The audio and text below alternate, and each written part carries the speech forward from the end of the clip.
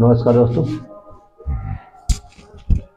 आज हम लोग इस क्लास में स्पेशली दो परिमेय संख्याओं के बीच की परिमेय संख्या ज्ञात करने के बारे में सीखेंगे, जो कि काफ़ी इम्पॉर्टेंट है। और खासकर से अगर आप बेसिक लेवल पर हो तो उसमें भी वो क्वेश्चन कभी पूछता है, 9th 10th या फिर 8वीं 7वीं में, जैसे या फिर कंपटीशन के एग्जाम में भी इस टाइप के क्वेश्चन बनते हैं कि दो परिमेय संख्या दे देगा, उनके बीच की परिमेय संख्या निकालने के लिए बोलेगा।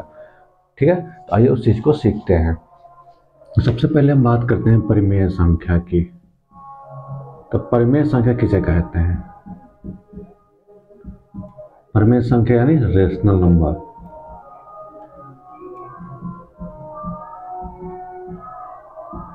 तो वह संख्या जिसे p बटा q के रूप में लिखा जा सके तथा q का मान 0 ना हो, उसे परिमेय संख्या कहते हैं। अगर उसकी परिभाषा की बात की जाए तो परिमेय संख्या यानी वह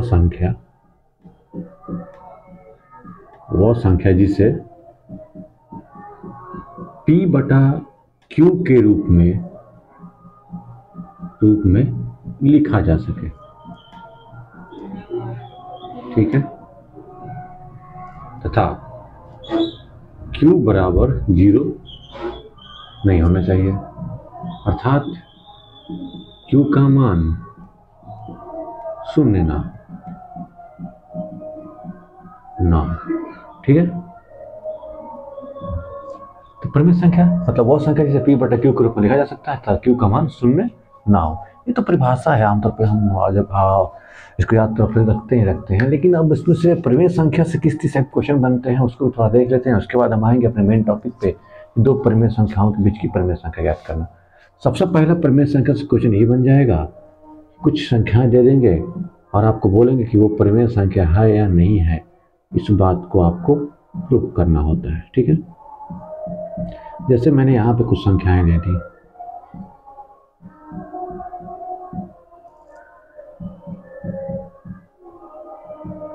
बाईस बटा 7। ये कुछ ऐसे क्वेश्चन हैं जिनमें से अधिकांश क्वेश्चन आपको किसी न किसी कोई ना कोई अगर आपसे परिमेय संख्या के बारे में पूछता है तो यही से क्वेश्चन जरूर बनाएगा।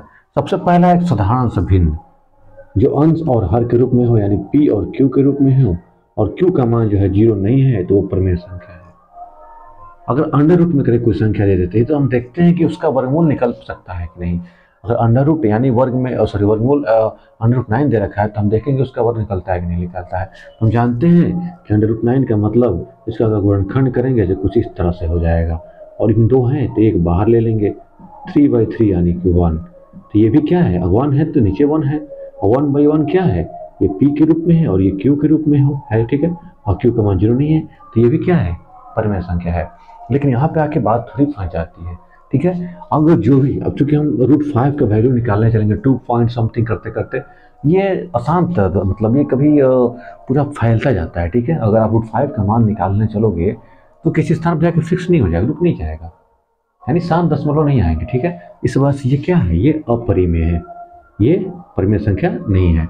अब बात आती है 0/6 की, या फिर हम इसको ये भी कह लेंगे 0 की। तो 0 भी एक परिमेय संख्या होती है। ठीक है, जो काफी क्वेश्चन बनता भी है।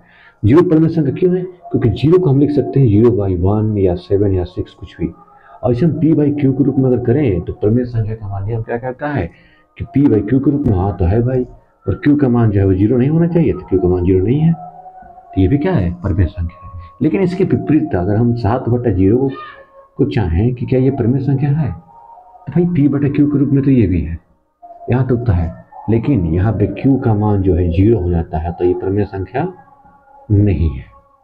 ठीक है, अब बात आती है पाई की, कि पाई परिमेय संख्या होती है नहीं होती है। तो पाई जो है एक अपरिमेय संख्या है। क्यों भाई अपरिमेय? आप कहोगे सर पाई का मान तो 22/7 होता है। पाई का मान 22/7 हमने माना है, अनुमानित मान है, ये फिक्स वैल्यू नहीं है पाई की।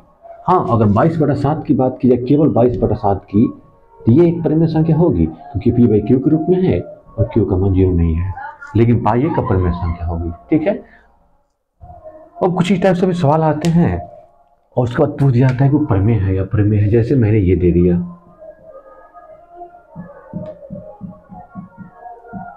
अब पूछेगा क्या ये संख्या परिमेय है कि अपरिमेय है। तो सबसे पहले इसको बताने से पहले हम इसका कैलकुलेशन करें, क्योंकि ये भी पूर्णतः सॉल्व नहीं हुआ है, ये गुणा का चिन्ह लगा के दे रखा है।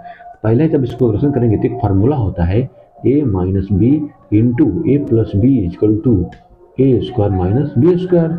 इस फार्मूले पर हम इसको रखेंगे, ये a है ये b है, तो ए स्क्वायर माइनस √3 फिर स्क्वायर, तो क्या हो जाएगा a का वैल्यू है 2, 2 का स्क्वायर करेंगे 4 और माइनस 3 का √3 का स्क्वायर करेंगे तो 3 आएगा, 4 में 3 है 1, और तो ये भी क्या है, एक परिमेय संख्या है। ठीक है, तो परिमेय संख्या से जो क्वेश्चन ऐसे बनते हैं, कुछ क्वेश्चन ऐसे भी दे देते हैं जिनको हमें सॉल्व करके बताना होता है कि वो परिमेय संख्या है या नहीं है।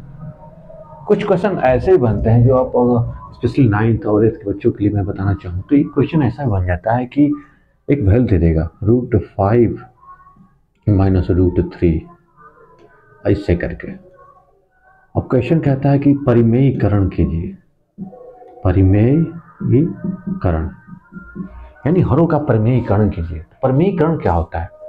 परिमेयीकरण से तात्पर्य आपको कुछ ऐसी वैल्यू दी जाएगी, एक अपरिमेय संख्या दी जाएगी और उसको हमें परिमेय बनाना होता है, क्योंकि 2/5 माइनस √3 क्या है, एक अपरिमेय संख्या है, इसे हम क्या बनाना है, परिमेय संख्या बनाना है।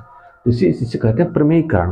परिमेयीकरण करने के लिए जो भी संख्या दी जाती है जो अपरिमेय संख्या होती है उसके सहयोगी से हम उसमें गुणा करते हैं। अगर ये 5 माइनस √3 है तो इसमें हम 5 प्लस √3 से ऊपर नीचे गुणा कर देंगे, अंश में भी और हर में भी, क्योंकि अंश में और हर में दोनों में हम गुणा करते हैं।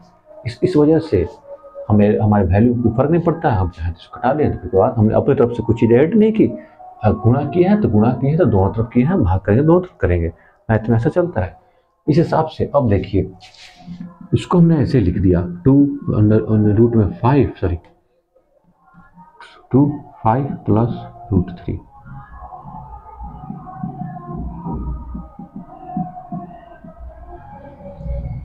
अभी मैंने पीछे क्या बताया कि हरों का परिमेयीकरण, हर जो है वो परिमेय संख्या दी होती है, उसको परिमेय संख्या बनाने क्या होता है, परिमेयीकरण होता है। ठीक है, तो इसका अब क्या होगा, ये a माइनस बी और ये प्लस बी पे हो गया, इसको b मान लें अगर, तो ये माइनस बी प्लस बी पे हो तो इसको हम लिख सकते हैं a square minus B square, यानी कि 2 इंटू 5 प्लस √3 अपान 25 माइनस 3, यानी 2 5 प्लस √3, 25 में 3 गया 22, इसको हम कटा देंगे तो 11 बार में। तो अगर इस टाइप से आपको क्वेश्चन कहीं मिल जाए, अब बोले कि हरों का परिमेयीकरण कीजिए या फिर परिमेयीकरण कीजिए, तो कुछ इस तरह से आप परिमेयीकरण करेंगे। उम्मीद करता हूँ कि आप ही जानेंगे होंगे। तो परिमेय संख्या के बारे में इतनी सब चीज़ें हम जानेंगे, बाकी परिमेय संख्याएं पर अंश संख्याएं जैसे गुणा करना, भाग करना, वो सब चीज़ें भी आप जानते होंगे। ठीक है, लेकिन ये सब कुछ स्पेशल चीज़ें हैं जो परिमेय संख्या के बारे में आपको जानना जरूरी है। जहाँ भी परिमेय संख्या की बात आएगी सबसे पहले आपको ये ध्यान रखना होगा कि वह संख्या जिसे p/q के रूप में लिखा जा सके उसे हम परिमेय संख्या कहेंगे, लेकिन q का मान 0 नहीं होना चाहिए। उसके बाद क्या और कोई वैल्यू माइनस में रहेगी, जैसे मान लीजिए -5/3, क्या ये परिमेय संख्या है? तो हाँ, ये भी एक परिमेय संख्या है। क्यों है?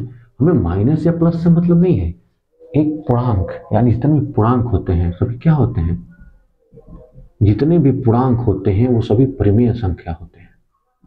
ये बात स्पेशली आपको ध्यान रखना है। जितने भी पूर्णांक होते हैं, पूर्णांक से तात्पर्य ये है कि अगर ये 0 है, इधर प्लस की वैल्यू चलती है, इधर माइनस की वैल्यू चलती है।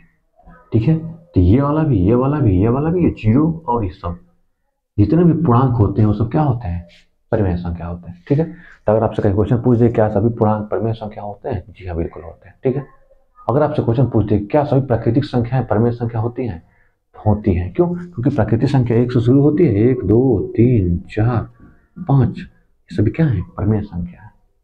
अगर आपसे पूछ दे क्या सभी पूर्ण संख्या परिमेय संख्या होती है, तो जी हाँ, 0 से स्टार्ट होती है, 1 2 3, ये भी क्या होती है, परिमेय संख्या होती है। तो सभी पूर्ण संख्याएं परिमेय संख्या होती हैं, सभी प्राकृतिक संख्याएं परिमेय संख्या होती हैं और सभी पूर्णांक परिमेय संख्या होते हैं। ठीक है, तो यहाँ तक हमने परिमेय संख्या की पहचान और उस कुछ क्वेश्चनों को देखा। अब हम आते हैं अपने मेन टॉपिक पे, और हमने ये जाना हर का परिमेयीकरण करने का। ठीक है, अब हमारा टॉपिक ये बनता है, जैसा कि मैंने थंबनेल लगाया है, कि दो परिमेय संख्याओं के बीच की परिमेय संख्या ज्ञात करना।